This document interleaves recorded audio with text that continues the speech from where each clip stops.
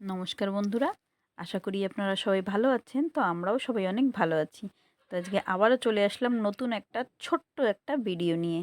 তো আজকে ছোট্ট একটা ভিডিওয়ে আপনাদের সঙ্গে শেয়ার করছি যে শ্রাবণ মাসের শেষের সোমবারটা, মানে সোমবার না, ভুল বললাম, শ্রাবণ মাসের শেষের দিনটা আমাদের এইখানে মানে আমাদের গ্রামে কি করে কি না সবটাই আপনাদের সঙ্গে একটু অল্প কিছু করে শেয়ার করব।